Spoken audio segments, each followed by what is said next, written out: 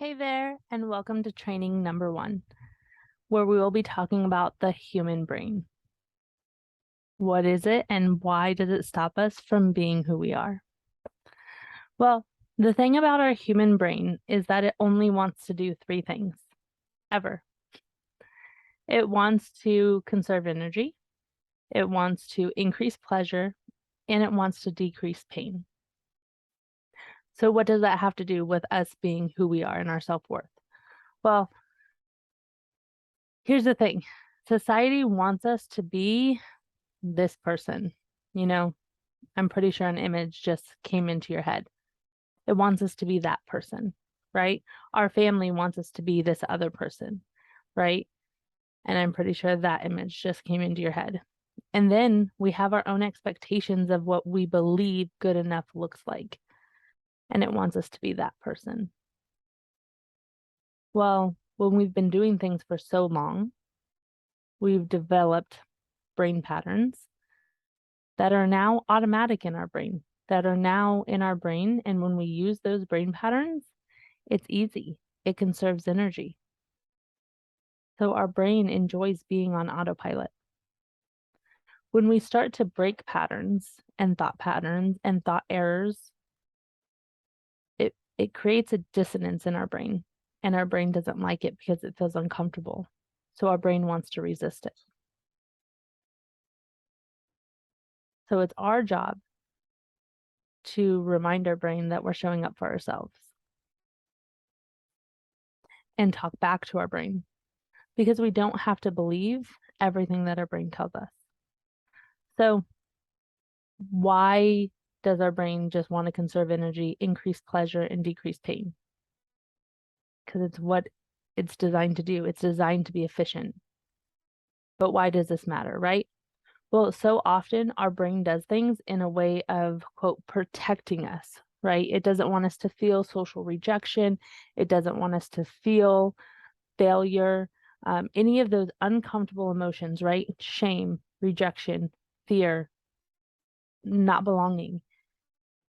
So our brain thinks it's protecting us by whispering, be small, be small, be invisible.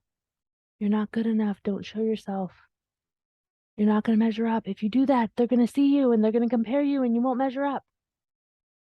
What our brain doesn't realize is that it's actually holding us back from doing the things and becoming the person that we want to become.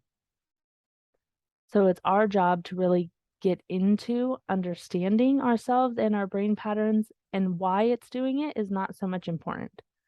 The thing about coaching is we recognize what our brain is doing, we become aware of it, we learn to accept that that is the story our brain is telling us, but this is the difference.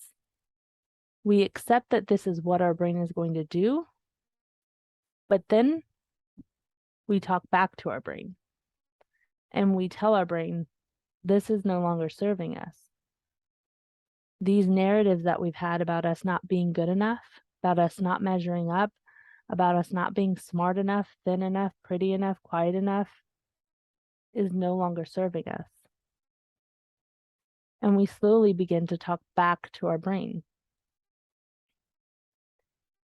And we slowly begin to teach our brain that we can feel uncomfortable emotions that may come up when we're being who we are. Because they may come up. It's not always comfortable being ourselves because of our own brain chatter. So if we become aware of our brain chatter and we talk back to our brain, we give ourselves more power. Okay? The other thing about our brain is it has this thing called confirmation bias. So if we believe people think certain things about us, and then our brain looks for evidence to prove it to be true, even if it's not true. So let's say I think I'm too fat to do something. Then my brain looks for evidence to prove that I'm too fat to do something. And then my brain also tells me what other people are thinking about me when I wear that, when I dance like that, when I show up like that. people didn't really tell me that, but my brain is offering me these thoughts that people are thinking about me. And that's when awareness is key. And we can be like, whoa, brain, like we're saying this to ourselves. Why? Why are we saying this to ourselves? Is it serving us? Is it helping us show up to be who we are? Is it helping us to love who we are?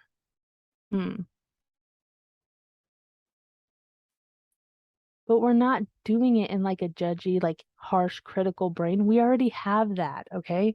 We have that on play, automatic repeat already. What I'm talking about is learning how to be curious with yourself in a gentle and loving way. Like wondering like, why am I treating myself this way? Why am I telling myself I'm not good enough to dress in this outfit? What's going on here? And learning to really like see what are our thoughts telling us.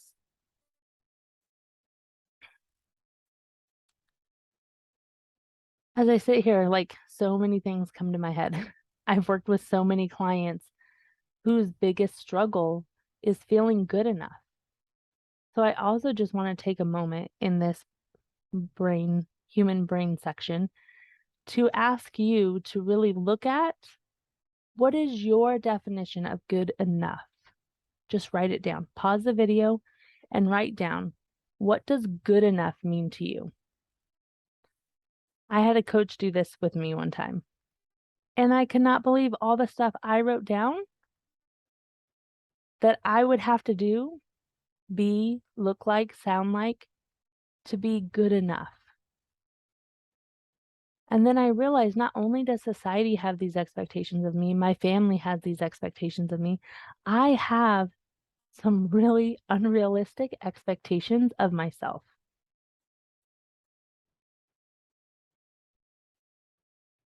That was not allowing me to be me, right? As a person with depression, I fought depression. By fighting it, I mean, I fought myself in my brain for having it. I didn't like that I was a person with depression. I made it mean so many things about myself.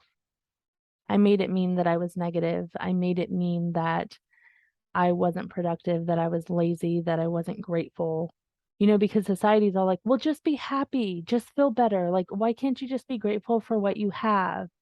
And so then I'm like, no, but I am grateful for what I have. Like, that's not what's going on here. But so often people with good intentions say things that then we so kindly repeat back to ourselves. So I want to offer you in this human brain section is if you have depression, this journey is also learning to love the part of you with depression. When we try to resist it and we try to get mad at ourselves for having depression, it creates this shame, this heaviness, and almost this rejection within ourselves, right? Like we just want to reject ourselves, that part of us, the part of us that doesn't fit in, the part of us that makes us look like we're negative, the part of us that makes us look unproductive, lazy, ungrateful. But I learned that depression isn't who I am. It's something I experience. It's something that I go through. And through these different brain managements on my self-love journey, on this coaching journey, I've learned how to manage my mind in a way that the depression is lighter, which will be another training. I definitely will share those tools and secrets with you. But for this training, I just wanted to take a moment to say that if you are a person that suffers, fights, lives with, experiences, however you term the word, depression, I see you, I hear you, and you are worthy. Okay? You're not the negative person. You're not lazy. You're not any of those things that people in society label you as, nor are you all the things that your brain labels you as.